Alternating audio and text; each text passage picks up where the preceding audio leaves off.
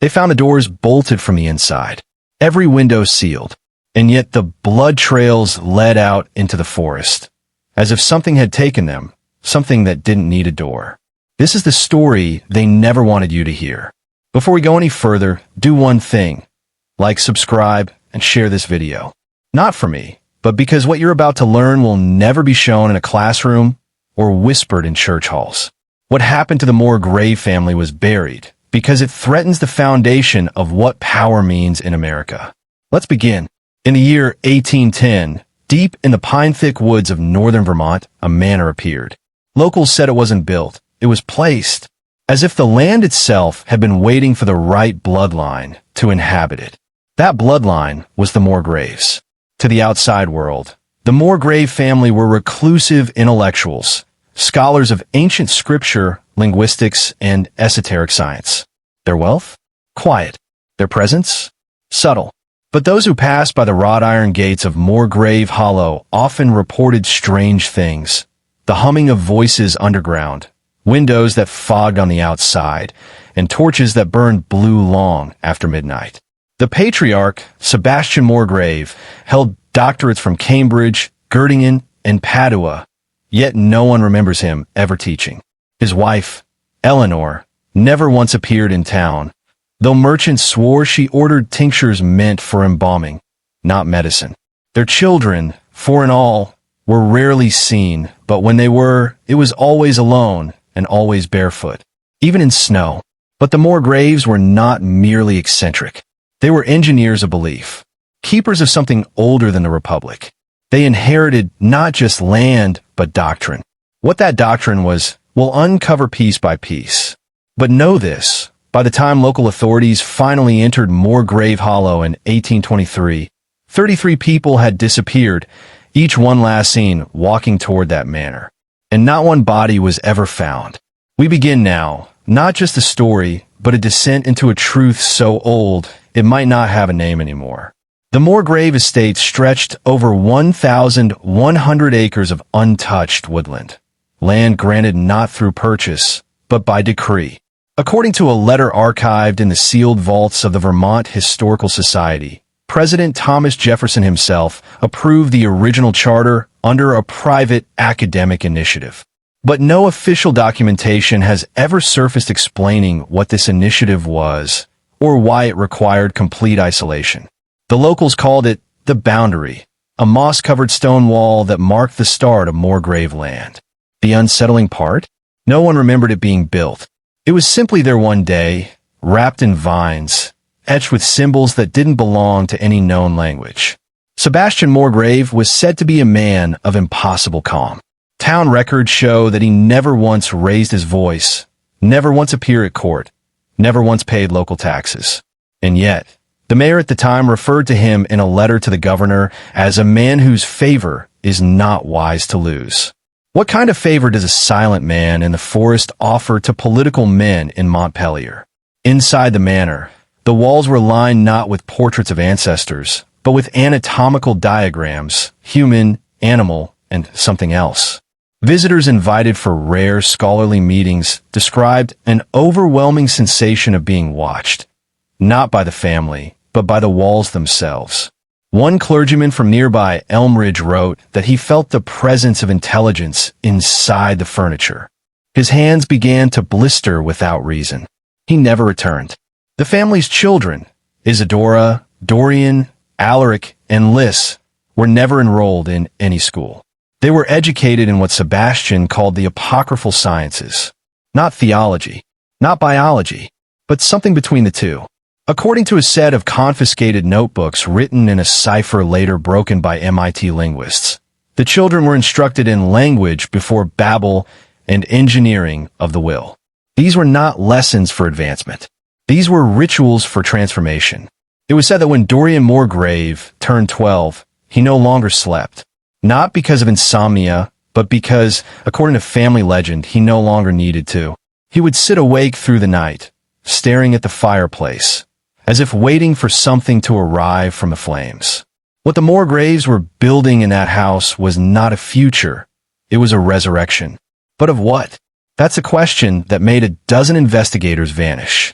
And it's where we go next. The deeper you go into the Morgrave history, the less it behaves like history, and more like a ritual that rewrites itself while you read it.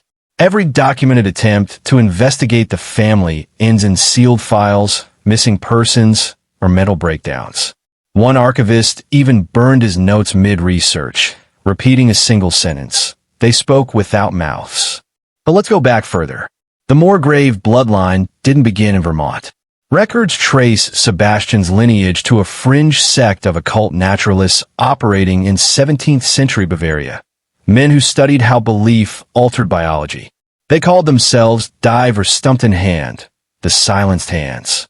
They believed that consciousness could be bent into new forms, not evolved but fractured and rebuilt like bone.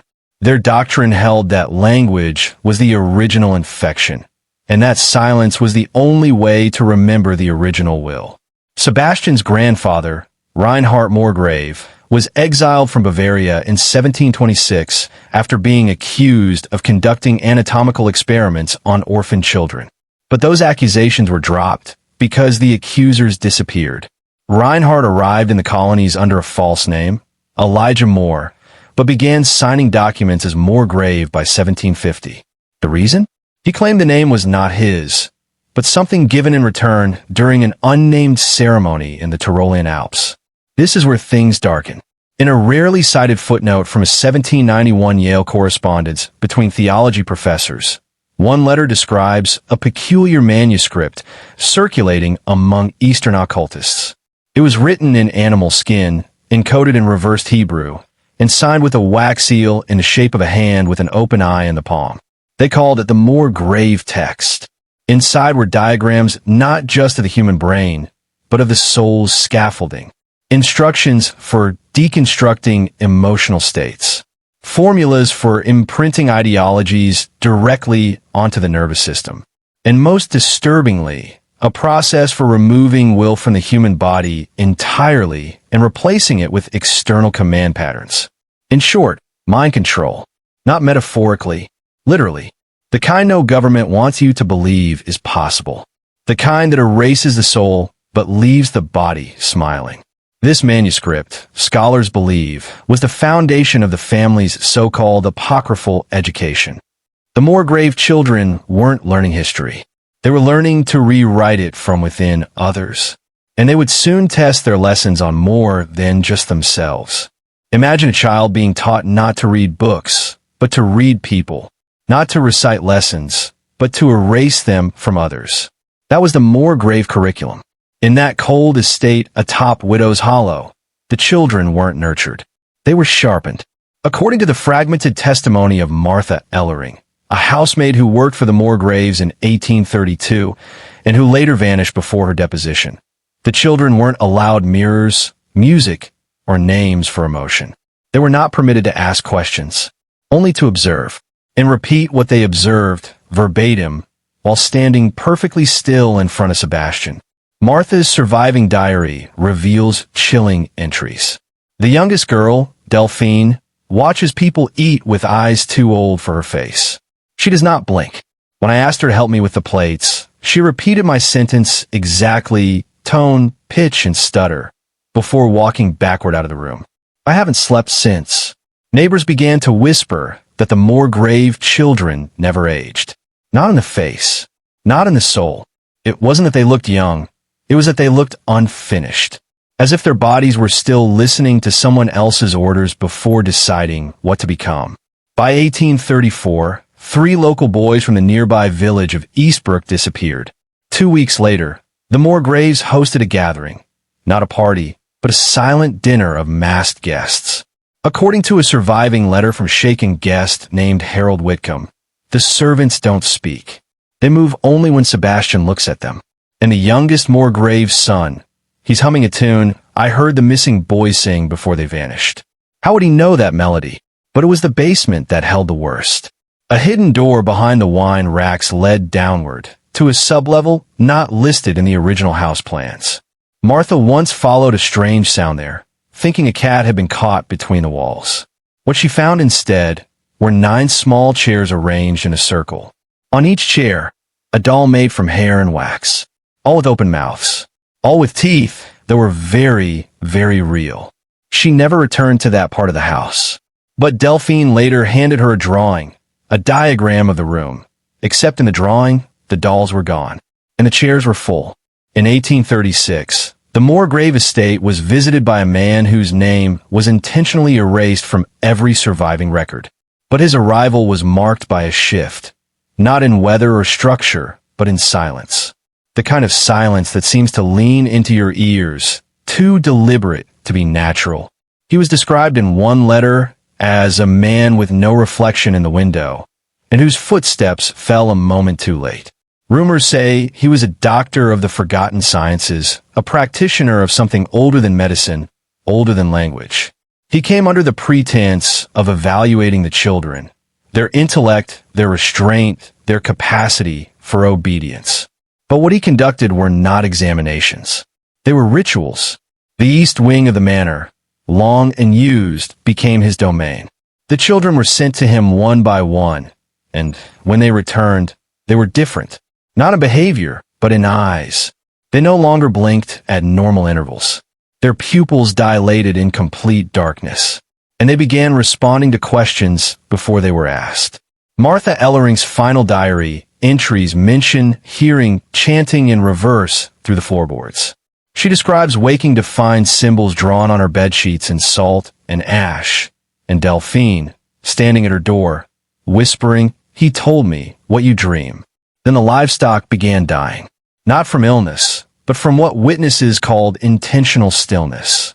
The animals appeared posed, upright, eyes wide open, no signs of trauma, but their insides were missing, as if they'd been taught how to be hollow. Meanwhile, visitors to the Morgrave estate noticed a strange change in Sebastian himself. He seemed slower, less in control, as if someone else was now steering him. At a village meeting, an elder warned, "Sebastian Morgrave opened his gates to something that doesn't need a name, and now it has his tongue." Shortly after that, letters from the estate stopped. The postman refused to go near it. Servants quit or vanished. The manor grew dark, but the children didn't leave. They were seen in the windows at night, sitting in rows, unmoving, facing a black figure in the middle of the room. Some said it was the doctor. Others said it wasn't anyone human. By spring of 1837, something was deeply wrong with the Morgrave estate, not just with the children, but with the very land. Trees around the manor began twisting unnaturally, bark splitting open to reveal smooth, fleshy layers beneath, like muscle under skin. Birds refused to perch on the grounds. Horses died if tethered near the southern gates, and the sky above the estate turned darker, even in daylight. Local farmers claimed they could hear children chanting in the fields at night. But when they searched, no footprints, only trampled wheat arranged in perfect circular spirals. One frightened man reported seeing a boy walking backwards at the edge of the woods, eyes rolled up into his skull, muttering in a language older than English. Yet the town priest did nothing. In fact, he disappeared. When questioned, Sebastian Morgrave claimed the priest had returned to Rome. But this was a lie. A child from the village, Emery Tallow, later confessed to seeing the priest sinking into the floorboards of the manor, while a woman in white stood motionless beside him, whispering to the walls. By now, the Morgrave children, all 17 of them, had become eerily synchronized. They spoke in unison. They walked in perfect formation. They refused eye contact, except when asked about the black door. Then, and only then, would they all smile. No one knew what the black door was, until Martha Ellering, before her final disappearance, wrote this in her diary. "The black door isn't real. It doesn't have a frame. It moves, and only the children can see it. They feed it with memory, with obedience, with silence." That single page was stained in blood. And then came the crows. Thousands of them, descending on the estate in a violent spiral, shattering windows, filling the air with shrieks that never echoed. Witnesses claimed the birds were flying into the manor, not out, and none of them ever returned. After that night, the children were no longer seen in the windows, just shadows. And in the village, those who spoke of the Morgraves began losing their voices in their sleep. The dolls began appearing 2 weeks after the crow storm. No one knew where they came from. No store sold them. No traveler claimed them. But somehow, overnight, every child in the village awoke to find one on their doorstep, hand-stitched pale, with black button eyes and thin red threads sewn into a tight-lipped mouth. Each doll wore a tattered version of the child's own clothing. The townspeople panicked. Parents burned them, buried them. Some threw them in the creek. But the next morning, the dolls were back. And they weren't the same. Each returned with a faint smell of rot and a small note sewn inside its chest. A single sentence stitched in human hair. Do not unmake what watches. In the schoolhouse, the teacher, Miss Fenwick, went blind in one eye after opening the doll that bore her name. She claimed it showed her visions, not dreams, not hallucinations, but memories that were never hers. She described a stone room beneath the Morgrave estate, lined with mirrors that reflected no one. In that room stood the Morgrave children, but their eyes were holes, and they were whispering to something above them. Something enormous, invisible, but breathing so loud it shook the floor. The townspeople begged the mayor to intervene. He refused. That night, his newborn was found sitting upright in its crib, lifeless, eyes blackened, and a smile stitched into its lips. The doll was nowhere to be found. Children began vanishing from their beds. No signs of struggle. No footprints. Only a trail of red thread leading out their windows. And the Morgrave estate? Now completely sealed. No carriage came or went. No servant emerged. And yet, candlelight flickered behind the cracked panes of the nursery each night. The silhouette of a woman, or something shaped like a woman, rocking slowly in a chair, humming what sounded like a lullaby, but if reversed, matched the tones of a burial hymn from the 14th century. This is your second and final chance. Comment, they are listening through the dolls. Because after this point, even your memory of this video may not be your OW and by the third week. The town's church bell began to ring on its own, always at 3:03 a.m. No one had access to the tower. The key was locked in the parish safe. Yet the tolling echoed across Morgrave Hollow like a warning. With each ring, people woke not just startled, but altered. Some reported nosebleeds. Others claimed to speak in dead languages they never studied. One man, a stable hand, gouged out both of his eyes and whispered, "Now I can finally see her." He died smiling, clutching a doll that looked nothing like him, but everything like Miss Fenwick. The line between the living and the watching began to erode. Livestock gave birth to stillborn animals, each one twisted with button eyes and red stitching across the mouth. Trees bled sap that smelled like decay. A fog rolled in from the river and never left.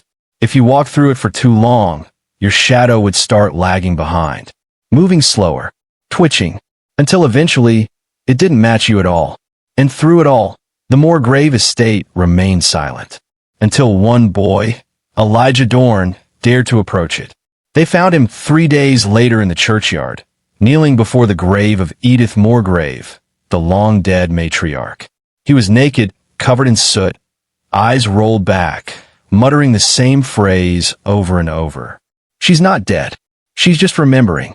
On his tongue, carved with pin-sized incisions, was a message spelled in Braille. The mother of the house feeds on fear. By now, every family had tried to flee, but the roads? Gone. Maps twisted. A traveler would walk for hours in one direction and return to their doorstep without realizing they'd been turned around. Compasses spun. Horses refused to move past the stone wall marking the village border. Ravens perched on every signpost. Watching. Always watching. DeadScroll viewers. This is not just a ghost story. This is a geometric trap built from memory, blood, and belief. It's not just the Morgrave family that's cursed. It's anyone who tries to understand them. And that includes you. Like, subscribe, share. Before the bells toll again, that IT was the innkeeper's daughter who first noticed that the mirrors had started to lie. At night, if you caught a glimpse of your reflection, even accidentally, it wouldn't blink when you did. It would watch you. It would smile. Sometimes it would whisper something you couldn't hear, but could feel deep in your spine. By morning, you'd forget it ever happened, except for the bruises on your neck. or the muddy footprints leading from your wardrobe. The Morgrave legend wasn't confined to the manor. It bled into the village like a disease, infecting homes, thoughts, even dreams. People began to lose time. Whole hours vanished from memory. Children drew symbols they shouldn't know. Elderly villagers cried out names no one had spoken in decades. And in the records room of the town hall, one archivist found something buried under floorboards. A family tree.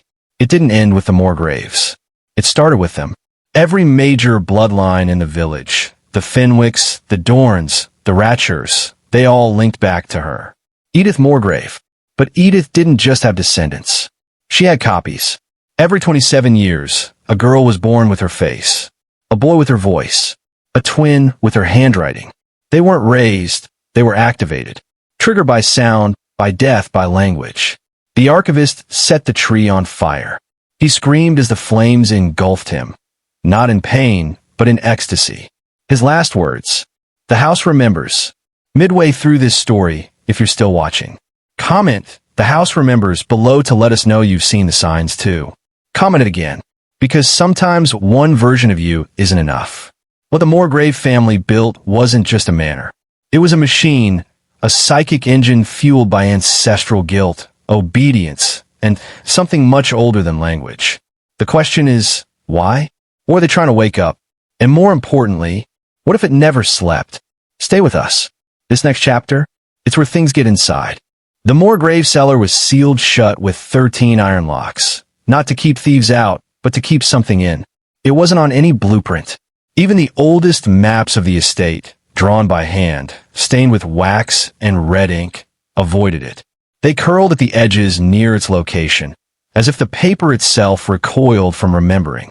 But in 1913, a group of spiritualists from Vienna, self-proclaimed psychonauts of the dark, arrived in Morgrave Hollow. They bribed the groundskeeper, bought his silence in gold coins, then descended into the cellar at dusk. They were never seen again. 3 days later, the locks were back, and a note, crudely carved into the wooden door from the inside. "Do not come looking for the soul. The soul has left."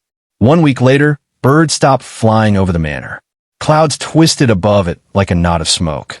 And the river that ran through the property turned black, not with mud or oil, but with ink. The local priest swore he saw letters forming in the water. Backward, in Latin. He translated it in secret. The phrase chilled even him. "I write the body anew." It wasn't a place of rest. It was a place of rewriting. Anyone who stayed on the Morgrave property long enough began to change. Not visibly, not immediately, but internally. A shift in dreams, in handwriting, in accent, in belief. One boy, only 9 years old, who had never read a book in his life, stood up during dinner and recited entire pages from Edith Morgrave's diary. In French. His mother fainted. His father wept. The boy smiled, then returned to eating, as if nothing had happened. The manor was building a memory, not from history, but from you. It learned who you were, and it would remember you forever. DeadScroll viewers, stay with us. What you're about to hear in the next section has never been officially released. And once you hear it, you can't unhear T.by autumn of 1914. The whispers had spread far beyond Morgrave Hollow. Not rumors, whispers, actual sounds. Voices in wind, in rustling leaves, in chimney smoke, in phone lines where no one had dialed. People in neighboring towns began reporting the same phrase, muttered in a low, urgent tone. "She wrote me again.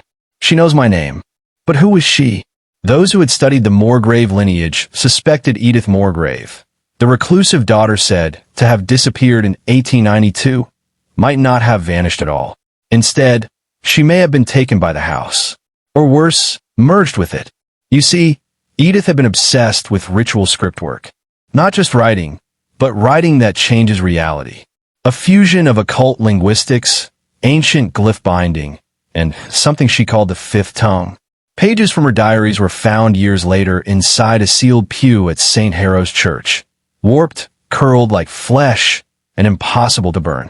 Her words, in scratchy ink, read, "Every name has a shadow. Every shadow longs to be called, and I have learned to speak to them." That was the beginning of the Morgrave incantations. a series of forbidden writings said to summon not spirits, but histories. Lives that never existed until the ink made them real. By 1915, 5 more children in the area had begun speaking in unknown languages. One drew the Morgrave family crest in perfect detail, though he'd never seen it. Another was found in a catatonic state, clutching a rusted fountain pen in his tiny hand. He whispered, "I am not the first. I am not the last. I am the page that turns itself." Doctors called it mass hysteria. The church called it possession. But others, the ones who dared read Edith's texts, knew it was something older. Something the Morgrave estate had birthed. Or perhaps remembered. Because remember this, the house was never dead. It was recording. And now so are we. If you're still watching, comment below. The ink sees me. Say it again. The ink sees me. The year was 1916, and something inside the Morgrave estate had changed. Not structurally, but spiritually. Local farmers swore they saw smoke rise from the chimney, even though the house had been abandoned for nearly 2 decades. One man, Harold Fenwick, claimed he heard a piano playing from inside at 2:17 a.m. every single night. Always the same haunting melody. He didn't know the tune, but when he hummed it in town, a blind woman collapsed to the ground and screamed. That's Edith's song, the one she played the night her father vanished. More than a haunting, it was a summoning loop. The house wasn't playing music. It was calling something back. And that's when the first letter appeared. It was found nailed to the door of the old post office in Greystone. Elegant parchment, deep red wax seal, no return address. Inside were just 4 words. You are being written. Not watched, not followed, but written as an authored. More letters appeared in nearby towns, all written in the same hand. People started burning them. But when they did, their homes caught fire. Every time, the message was clear: don't reject the narrative. By late 1916, something far more disturbing happened. 5 people were found dead in their homes, sitting upright at desks, eyes wide open. Each had scrawled the same sentence over and over in notebooks, using blood instead of ink. I must finish your story. It wasn't suicide. It wasn't ritual. It was transcription. Some force, ancient, possessive, and parasitic, had moved into the bones of these people and turned them into typewriters. Living conduits, as if Edith Morgrave's unfinished writings were bleeding into reality, desperate to complete themselves. This wasn't just about haunting. This was narrative infection. And the Morgrave house? It wasn't a structure anymore. It was a library of unfinished lives, and the doors were no longer locked. You need to understand, Edith may not have died. She may have rewritten herself into something that can never be killed. Keep watching. There it was, the final known entry from Edith Morgrave's journal. Discovered behind a false panel on the library wall, beneath a painting that had never aged, was a box sealed in wax and wrapped in black lace. Inside, wrapped in tattered velvet, was a single sheet of paper, brittle, yellowed, and humming with an almost static tension. It read, "If you're reading this, you've already let it in. The house is not haunted. It's hungry, and I've fed it myself." She signed it not as Edith Morgrave, but as the Scribe of Hollow Flesh. Scholars dismissed it as Gothic fantasy, but something didn't sit right. Linguists noticed that the ink used wasn't just red.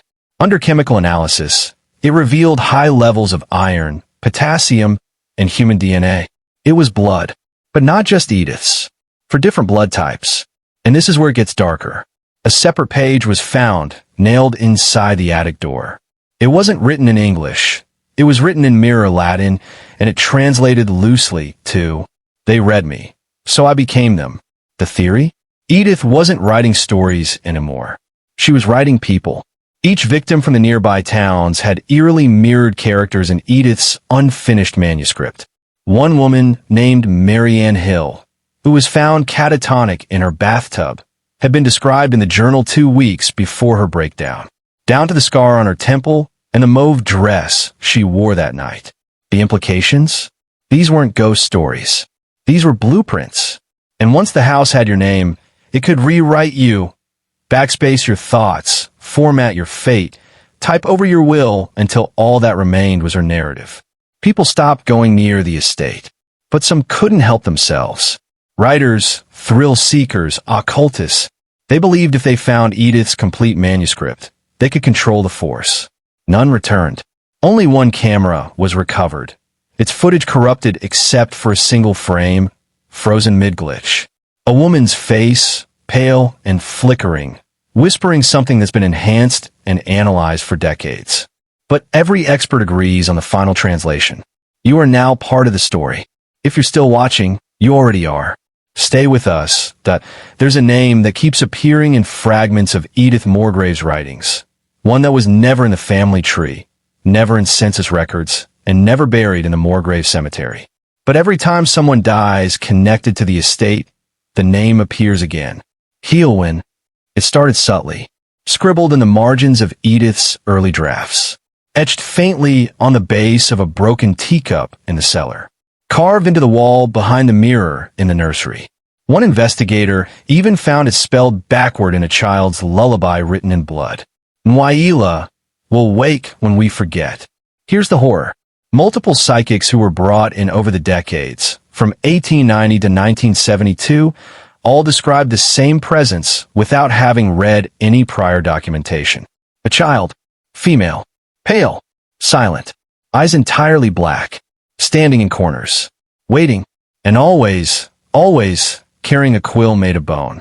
Some say Healwyn was the original story, that Edith did not create her, but released her. And once released, she began writing her own edits into reality. A retired Vatican archivist secretly contacted a journalist in 1946. He had studied cursed texts and anomalous manuscripts for 40 years, and he believed the Morgrave case was the closest thing he'd seen to a self-replicating demon.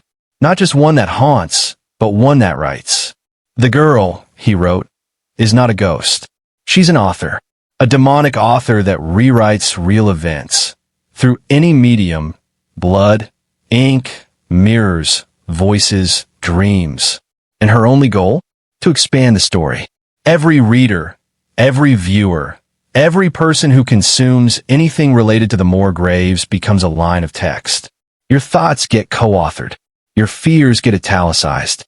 Your fate gets edited. That's why no one can explain the cluster of disappearances tied to this case. And that's why every psychic who ever entered the estate reportedly woke up days later, not speaking their own thoughts, but quoting lines from books they never read. Are you starting to feel it? If you're still watching, comment below. I was written in ink, not in flesh.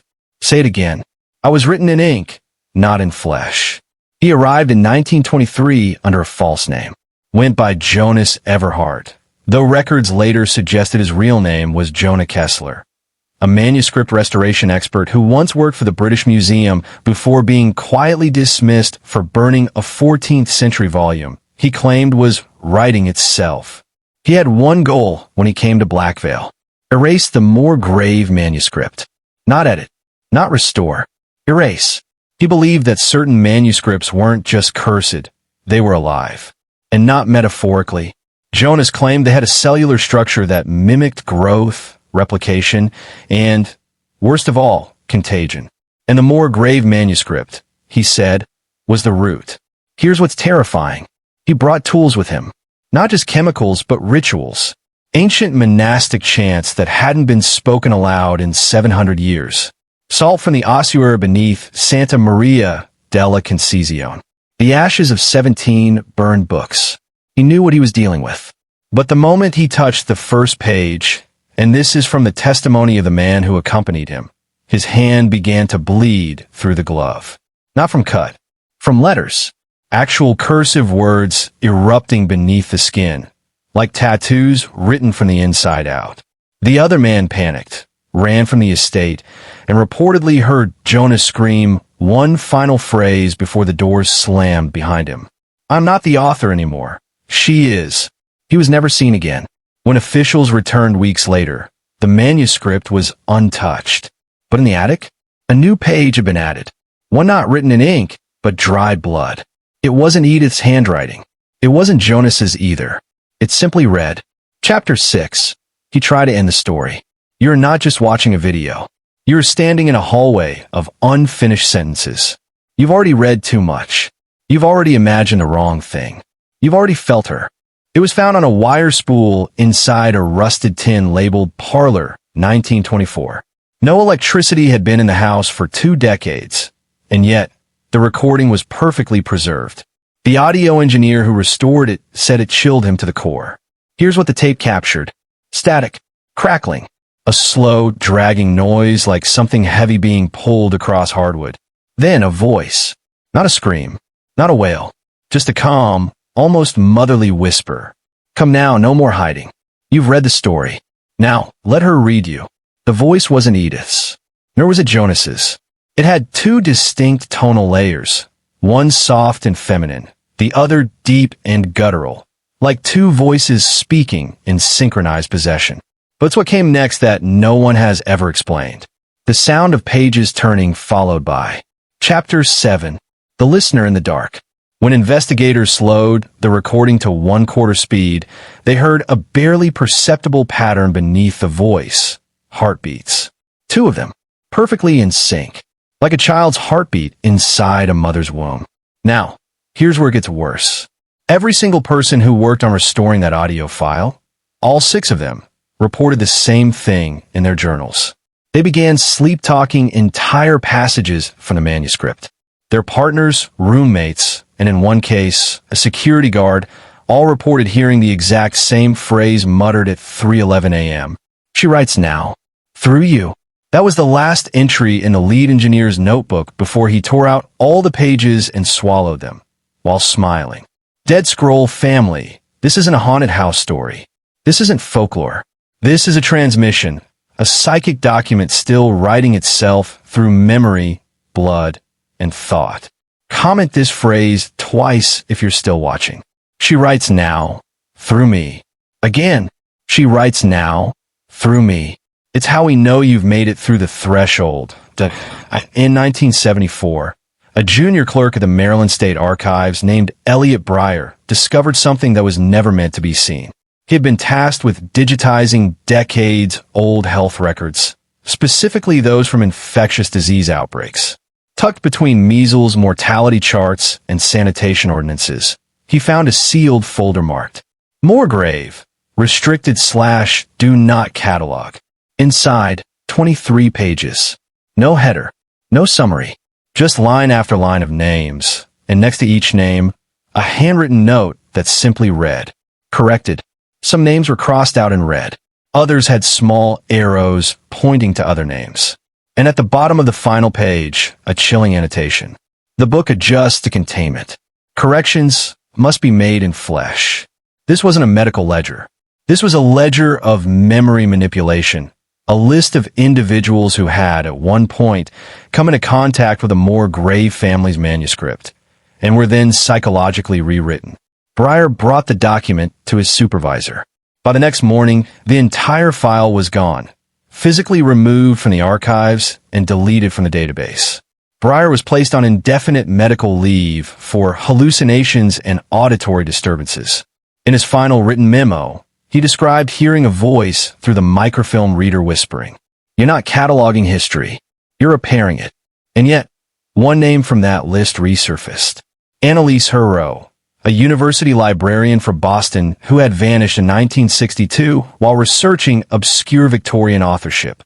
She was discovered in 1981, living under a new name in the attic of a burned-down rectory, writing identical passages from the Morgrave manuscript by hand.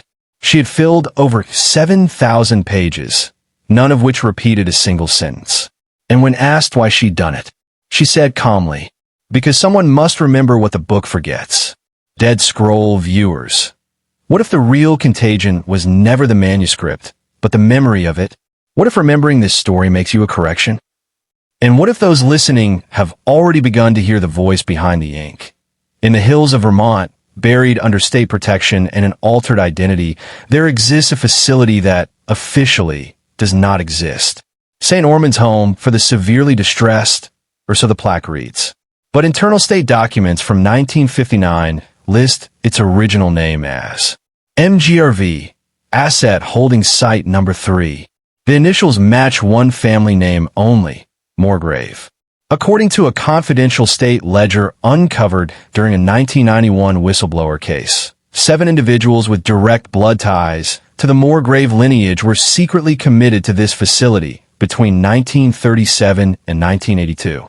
Their legal names were altered, their medical histories erased, even their faces blurred in personnel records. But what remained, what could not be scrubbed, were the audio logs. Each Morgrave descendant was recorded nightly, not during waking hours, but during sleep. And during sleep, they spoke, in unison, across generations. One 12-year-old boy, Felix Harrow, would mutter phrases such as, "Memory must forget memory. The blood is the lock. The book is the key." A 67-year-old woman, Agnes Renley, would weep and whisper, "He still writes. Even with no hands, he writes. The ink is not ink. It is us." The most disturbing recording came from a man identified only as Patient B17. During his final recorded sleep session, he mumbled, "The family was never cursed. It was assigned." What assignment? What force appointed the Morgraves as gatekeepers of this psychological horror? And more importantly, who kept them locked away so no one else would ever hear? Psychologists and psychiatrists assigned to these cases were all rotated out within months. Some quit the profession entirely. One, Dr. Harrison Lumley, jumped from the facility's west tower, leaving only a scrawled note pinned to his coat. "I finally read the margins. God help us all." DeadScroll viewers, if this family wasn't sick, but rather entrusted with a sickness no one else could contain, then what really lies inside the Morgrave manuscript? And why are entire branches of this family tree mysteriously missing from every genealogical record? Stay with us. In 1884, buried within a restricted Vatican archive known as Index Maleficarum Codex 7, lies a document so heavily redacted that only fragments remain visible to the eye. But one phrase appears untouched, almost deliberately unblurred. Scriptum Morgravius, the Morgrave manuscript. And beside it, a Latin warning scrawled in red wax. Non-scribery, non-legere. Manuscriptum vorabit animum. Do not write, do not read. The manuscript will devour the soul. This document, hidden for nearly 140 years, surfaced in 1999 when a Jesuit scholar named Father Alphonse Veron leaked 36 pages of forbidden text to an underground antiquarian network. Within a month, Veron vanished. His last email contained just 3 words. "I saw it." The text he leaked included chilling excerpts, one being a precise description of the Morgrave bloodline's inception in 1621. It referenced an unnamed English noble who made a pact with a faceless entity known only as Illocolloquitur, he who speaks.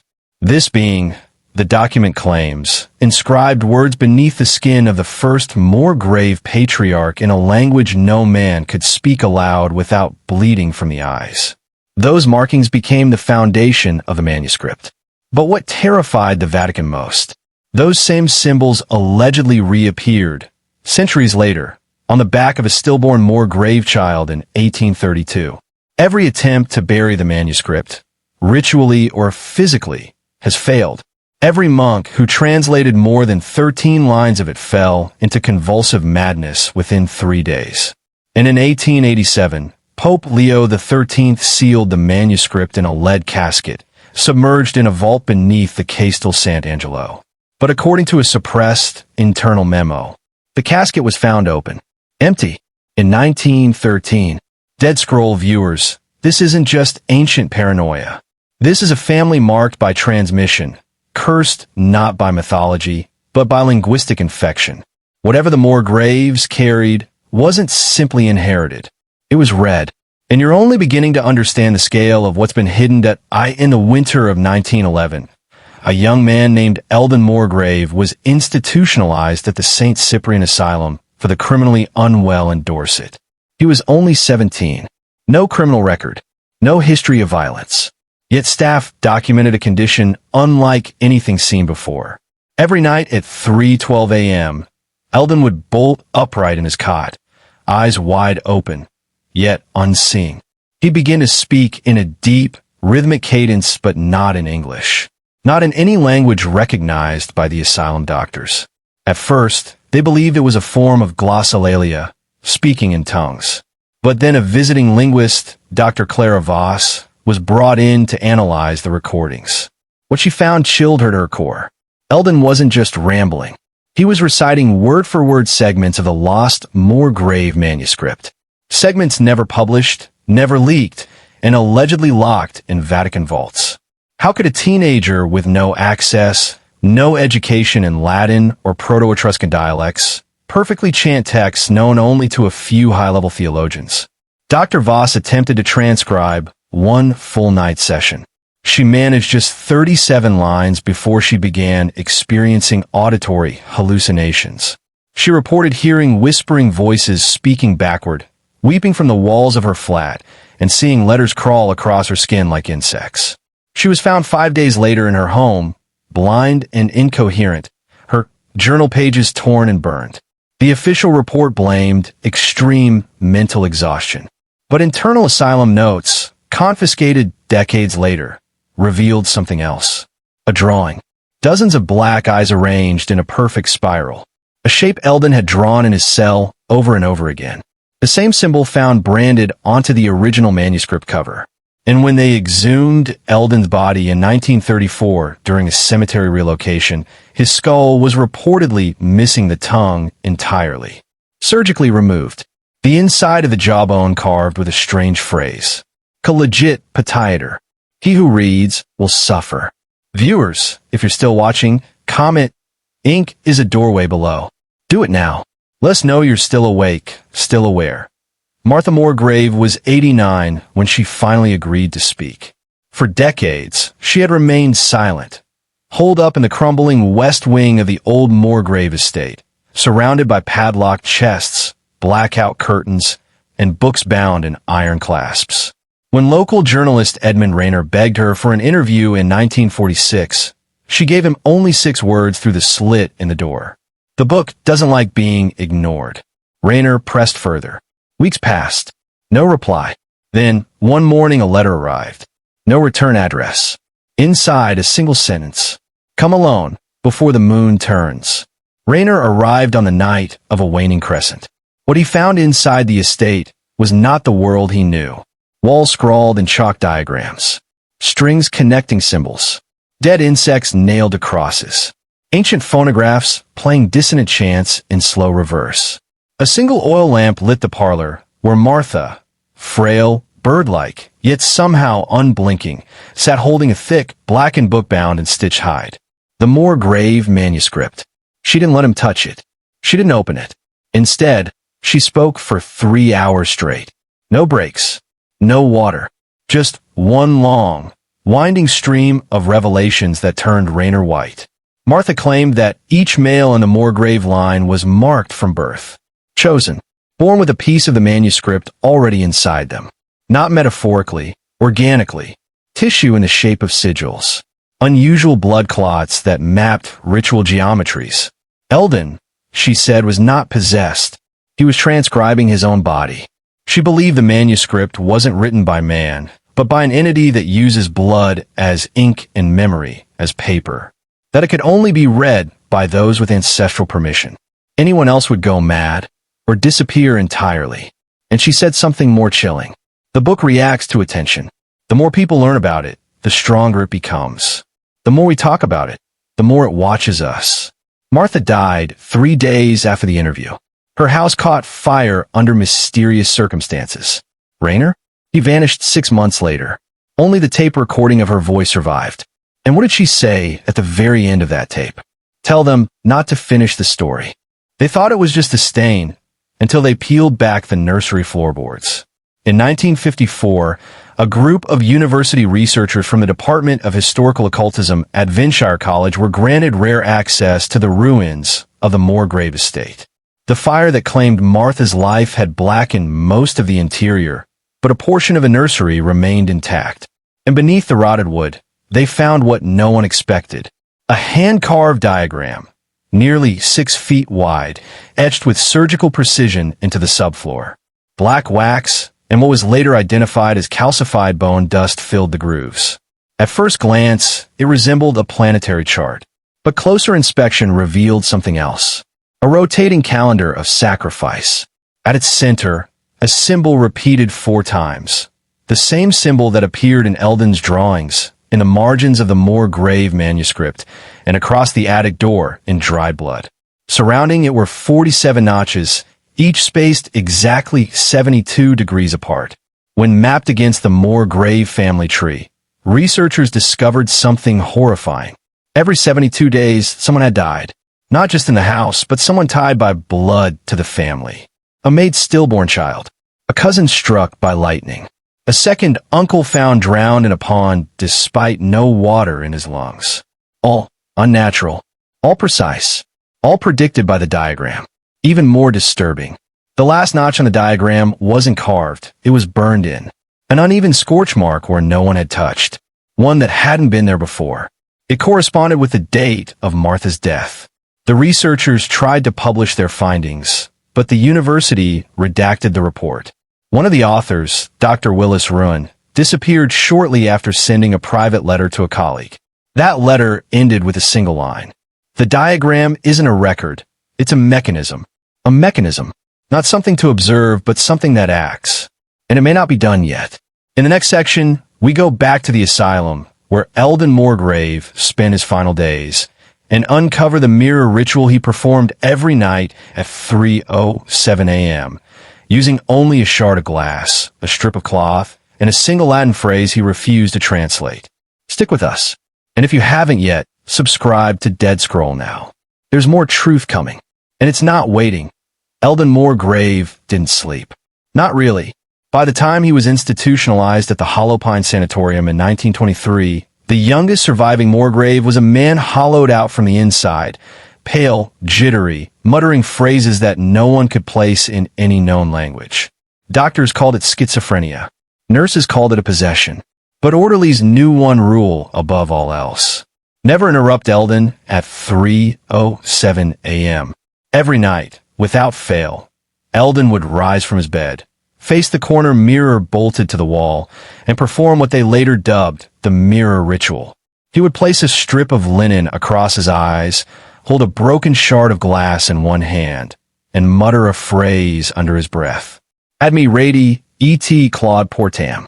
Return to me and close the gate. What followed was more disturbing than any words could capture.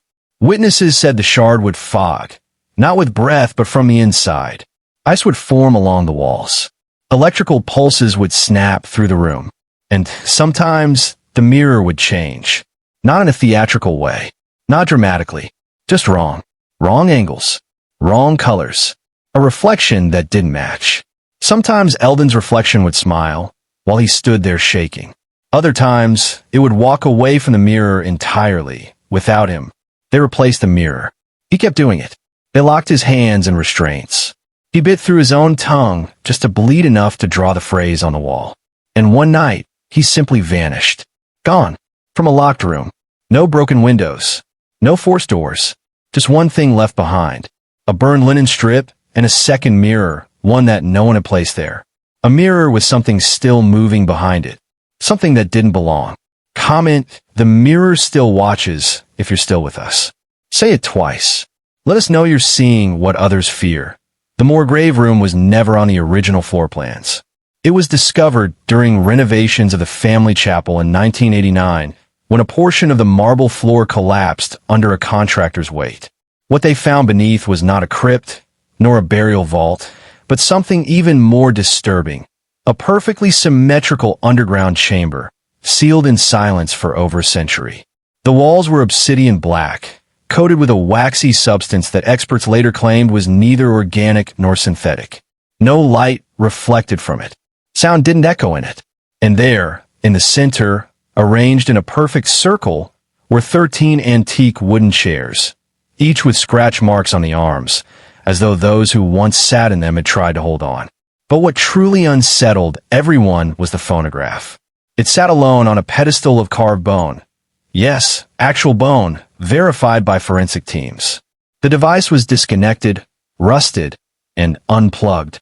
But when they approached, it began to play. No music, just voices. Layered, whispering. Male, female, children, chanting phrases in Latin, Old French, and something unidentifiable. Sanguinum vocat. The blood calls. The recording needle hadn't moved in decades. The speaker cone was dry-rotted.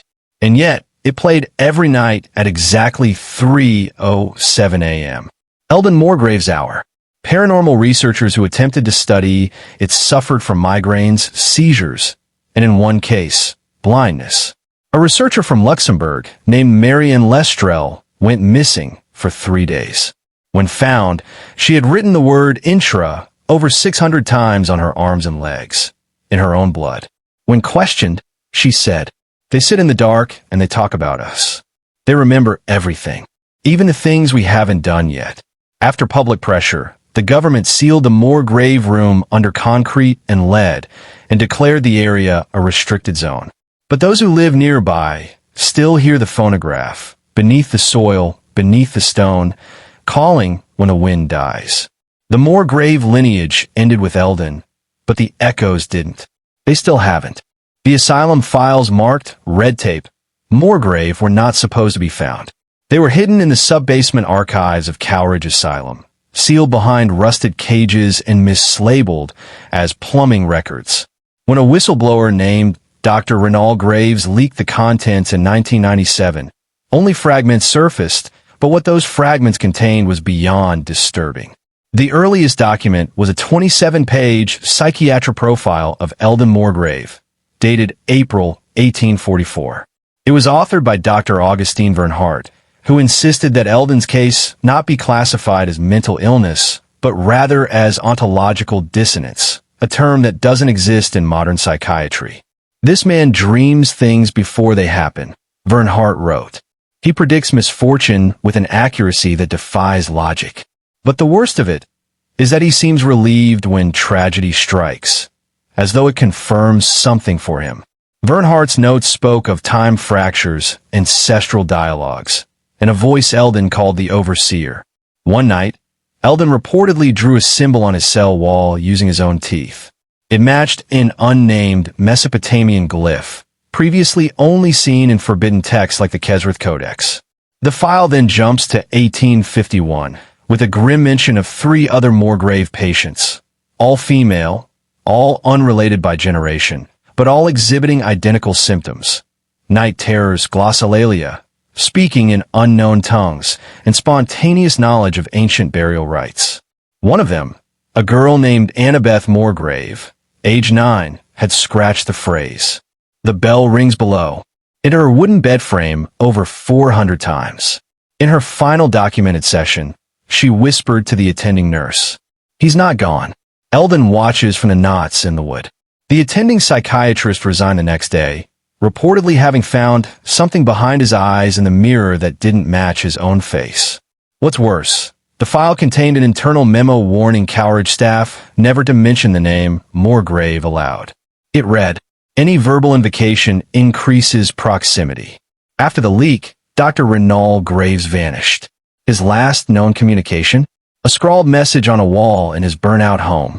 The line is never broken, only buried.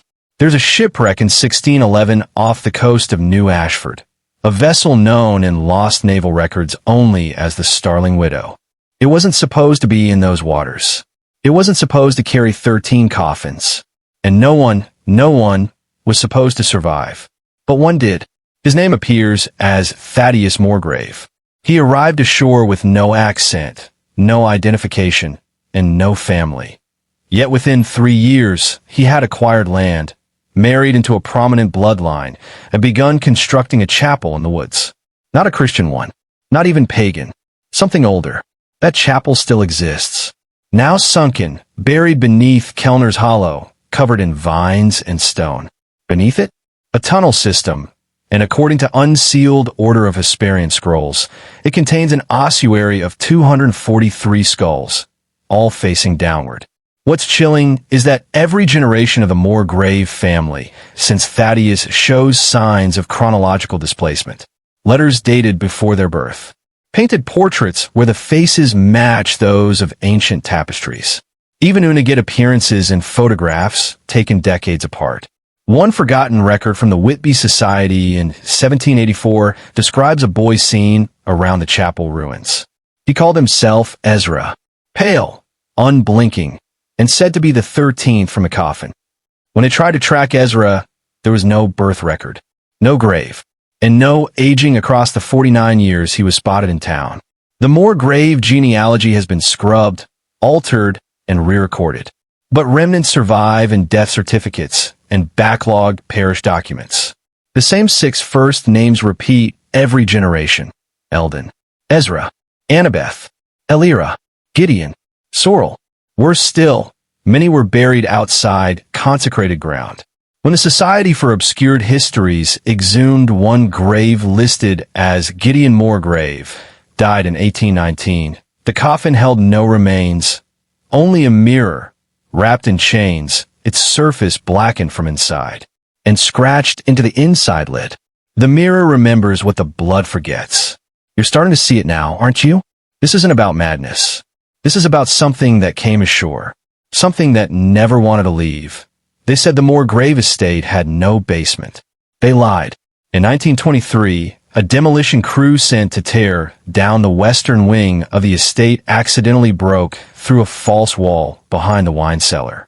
What they found was a sealed stairwell, descending 47 feet into solid bedrock. At the bottom, a corridor made entirely of black brick, engraved with a language no linguist has ever been able to fully decode. And at the end of that corridor, a door, not made of wood or metal, but bone. The Mortem Commission, sent by the Society for Obscured Histories, opened it on October 19, 1924. Behind it was a vault, and inside that vault, drawers, boxes, jars, and most disturbingly mirrors. Dozens, all facing each other. One mirror had been shattered from within. Another was still warm to the touch, despite being buried for centuries. In a leather-bound folder marked, "Not to be opened until the last bell," they found records spanning over 300 years, written in identical handwriting, signed by Ezra Morgrave. In every document, the date was scratched out and replaced with a single symbol, infinity. The documents referenced the inversion, a ritual mentioned in older Hesperian texts, designed not to bring something forth, but to keep something in. The wording is always cautious. It never calls it a demon. It never calls a god. Just the old inhabitant. The term repeats 112 times. One entry reads, "It stirs when blood is shed in the house. It listens when mirrors face each other. It forgets nothing." Even more disturbing, there are photos from 1898 showing Ezra Morgrave standing beside the vault's door. The same face seen in daguerreotypes from 1841, 1812, and even sketches from 1740. No aging, no change. It's as if Ezra never left the vault. When they tried to move the documents, the mirrors began to vibrate. Some cracked, one shattered, and a voice on the recording whispered, "This house is a wound. You are the knife." If you've made it this far, comment the symbolic phrase "the mirror remembers" below. Then comment it again. The last generation of the Morgrave family did not die in silence. They died laughing, in a room with no windows, and no way out. The year was 1932, and the world was already descending into madness. But the madness inside the Morgrave estate was different. Sharper, older, targeted. 3 surviving heirs, Ruthven Morgrave, his sister Lillian, and their cousin Thorne, had retreated into the manor's east wing after a series of disturbing events. Servants fleeing without cause, fires starting in rooms with no source, and dogs refusing to enter the home altogether. They locked themselves inside the study, nailed the door shut from within, and then they blinded themselves. Autopsy reports show that each eye was removed with clinical precision. No struggle, no outside force. The walls were covered in scripture that doesn't match any known language, but repeated 3 symbols, a circle, a line through it, and what appeared to be a key inside a mouth. But it gets worse. Inside the fireplace, police found pages of journals half burned, and the ones they could recover detail visions of mirrors whispering, of a man with no mouth but endless teeth, and a black spiral descending beneath the house, again and again. Thorne's final entry, dated 2 days before their death, simply read, "We fed it our sight. Now we cannot see what it wants." When investigators opened the room, all 3 bodies were seated in chairs, hands folded, backs perfectly straight. And every mirror in the house, even the ones boarded up, was cracked, facing the study. One detective, a man named Garrett Ilson, resigned 3 hours after leaving the estate. He was later found dead in his home, his mirrors all turned inward, creating an infinite reflection loop. On his wall, written in soot, "The inversion has begun." The Society for Obscured Histories ruled the case unexplainable. But those still tracking the Morgrave line know better. Because the bloodline didn't end. When the estate was sealed in 1932, officials claimed there were no survivors. But they were wrong. One child escaped, a 7-year-old boy named Alaric, hidden behind the east wall in a compartment built generations earlier by Emery Morgrave. He was found 2 weeks later, wandering the edge of Blackmore Forest, barefoot, covered in soot, repeating one phrase. "It's still hungry." It wears grandfather's face. No one knew what to make of it. The police handed him over to the St. Braith's Institution for the Unwell, where he remained for the next 21 years. But what no one expected was that Alaric began drawing, and his drawings were blueprints.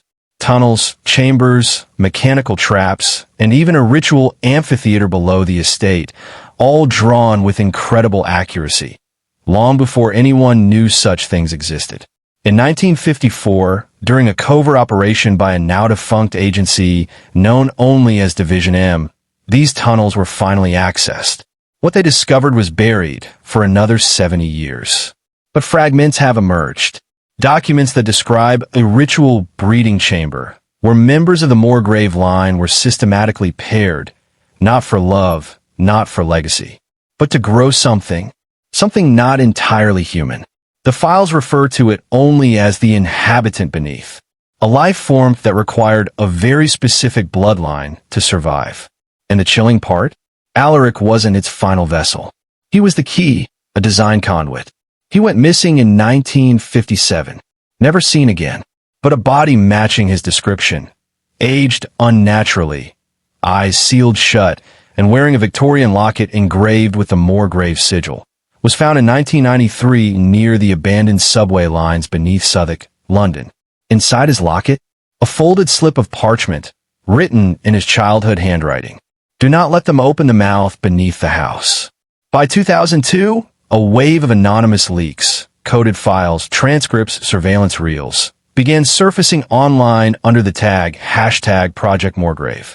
Most were dismissed as hoaxes, until an encrypted dossier traced to a deceased linguist formerly employed by MI7's Obscura division, decrypted part of the Morgrave estate's final architectural blueprint. At the center, a sealed stone chamber beneath the east wing, referred to as the mouth. Not metaphorically, literally. A flesh-like maw, nearly 12 feet in diameter, embedded in the earth like a wound that refused to close. The logs referred to it as the primogenitor, the mouth of return, the inheritance of the hallowed. The documents describe ritualistic feeding, using Morgrave infants bred for the purpose of awakening a slumbering entity, older than Babel, older than breath. In 1931, during the final Morgrave gathering, an internal rebellion broke out. For members, led by a woman named Ophelia Vexmore Morgrave, attempted to seal the mouth permanently. They failed. According to recovered footage, stored on decaying nitrate reels in a vault beneath Blackvale University, the mouth opened for 7 minutes. What emerged was not human. It did not walk. It glided. Its form blurred, even on camera. Witnesses went blind. One student assistant later wrote, "It looked like a father wearing all your memories. And it took them from you." The footage abruptly ends with screams and static. The reel was buried beneath layers of concrete and classified by Her Majesty's secret cabinet. Today, the Morgrave estate remains under military surveillance disguised as a wildlife restoration zone. But whistleblowers claim the mouth is still open, still breathing, Waiting. If you made it this far, you know this story isn't just horror. It's a warning. In 2014, under the guise of a UN archaeological survey, a covert team of scientists and military intelligence operatives was deployed to the Morgrave estate. Their objective: breach the sealed chamber known as the Mouth and gather biological samples. The entrance had shifted, according to the lead engineer's notes, later leaked to a fringe forum and immediately removed. The mouth no longer resembled stone. It had morphed into something organic, wet, and respondent to human presence. The lining pulsated. Several personnel reported auditory hallucinations upon approach, including whispers in archaic pre-Sumerian dialects. Upon breaching the inner sanctum, 7 researchers descended into the chamber. Only one returned. Dr. Hayden Wexler, renowned biogeneticist and outspoken skeptic of ritual cult folklore, emerged naked, trembling, and speaking in dead languages. Within 48 hours, Wexler was declared catatonic, then transferred to Ashridge Medical Detainment Facility, where he scratched concentric symbols into his own face until sedated. In his final lucid statement before sedation, he reportedly whispered, "It's not a mouth. It's a womb." The remaining footage, compiled by thermal drones, depicts bizarre distortions.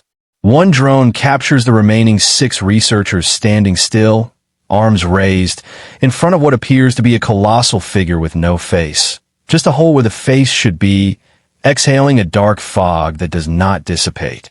This fog has since been classified as atmospheric contaminant X-53, with effects including memory loss, dissociation, and psychogenic seizures in mammals. 2 weeks after the breach, entire local bird populations dropped dead overnight. The soil turned black. Wildlife vacated the area in a perfect spiral. Satellite imagery revealed something darker. The fog was moving, not dissipating, stretching outward like fingers.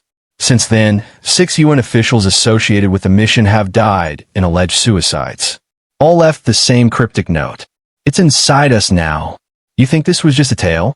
Then ask yourself, why has no drone, satellite, or person been allowed to enter Blackvale's eastern woods since? 9 miles east of the Morgrave estate stood a small, nameless village. It wasn't marked on modern maps, only referred to in the estate's earliest journals as the listening place. It housed 312 people, farmers, traders, children, and within its center stood a single stone well, believed to be the oldest structure in the region, older even than the earliest colonial records. On October 19th, 2014, just 10 days after the breach at the Morgrave estate, the entire village vanished. Overnight, no smoke, no fires, no signs of struggle, no mass migration, no noise. When officials arrived, after receiving multiple 911 calls reporting a sound in the sky, they found nothing but abandoned homes, full plates of food, and 43 smooth black stones, each exactly 17 inches tall, arranged in a perfect spiral in a village square. And at the center of the spiral, beneath the old well, was a circular indentation in the earth, 8 feet across and smoking. The stones were analyzed by physicists and chemists in Berlin. They weren't stone at all. They were biological, composed of carbon and keratin, bone and skin. Each stone emitted a low-frequency hum, and each was warm to the touch, with an internal temperature that fluctuated based on who touched it. That spiral formation? It matched a glyph found carved beneath the Morgrave chapel floor, a symbol referred to in the family's unpublished book of descendants as the gesture of returning. More disturbing still, when drones flew overhead, the ground patterns between the buildings revealed a massive symbol, visible only from altitude. A symbol that matched the wound mark Dr. Wexler had carved into his own chest. The government declared the zone contaminated, citing a chemical spill. But one officer's body cam footage, briefly leaked, shows something else. A pale, hairless figure standing at the forest edge, its mouth fused shut, its ribs open like doors, revealing a child-sized entity writhing inside. The footage was removed from every platform within 24 hours. And here's the worst part. 3 of the villagers who vanished? They were confirmed descendants of Isadora Morgrave, the original matriarch. Their DNA had been sequenced years earlier for genealogical projects. This wasn't a vanishing. It was a harvest. This is the part they didn't want archived. In 2017, a former intelligence officer, codenamed Lambrook, leaked a dossier titled Project Wombseed. It contained correspondence between high-ranking members of multiple agencies, letters dated as far back as 1948. Each one referred to the Morgrave line as a necessary firewall. Firewall against what? Not invasion, not terrorism, but awakening. According to the documents, Isadora Morgrave was not just a cultist, nor just a mother. She was a conduit, a biological anchor, selected and modified by an order that predated the Vatican, a sect known only in fragments as the Communion of the Hollow. Their goal? To seed flesh-born temples across bloodlines that could contain what was never meant to emerge here. Isadora's womb wasn't meant to bear children in the ordinary sense. Her descendants were never meant to live free. They were designed to bind, to carry, to silence something that spoke without sound. And it wasn't a god. It wasn't a demon. It was us from before us. The spiral marks found beneath the estate, the 43 graves, the vanishing village, they weren't symptoms. They were responses, containment breaches. And the final entry in Lambrook's dossier states this. Should the bloodline terminate prematurely or become too dispersed, the central may fracture. If it wakes completely, reality will no longer mirror consensus. We will return to the first dreaming, and there will be no language left to describe the world. That was 2017. In 2023, a woman from Ohio named Marla Greaves, age 34, adopted, no known heritage, entered a hospital for extreme abdominal pain. Her scans showed multiple gestating organoids fused into her spinal tissue. Her blood carried fragments of the Morgrave genome. She died on the operating table, but the tissue continued to grow. They sealed the hospital. It now stands under military lockdown. No official report has been issued, so the question remains, what was the Morgrave family protecting us from? And was their extinction a victory or a failure? Because something ancient no longer has a keeper, and the silence around us is beginning to listen back. If you've made it this far, you are part of the pattern now. Comment below. It's inside us now. I'm not afraid of the womb. This is DeadScroll, the archive they couldn't burn. Subscribe. Share this before it disappears. Because next time, we go deeper, and we won't be alone.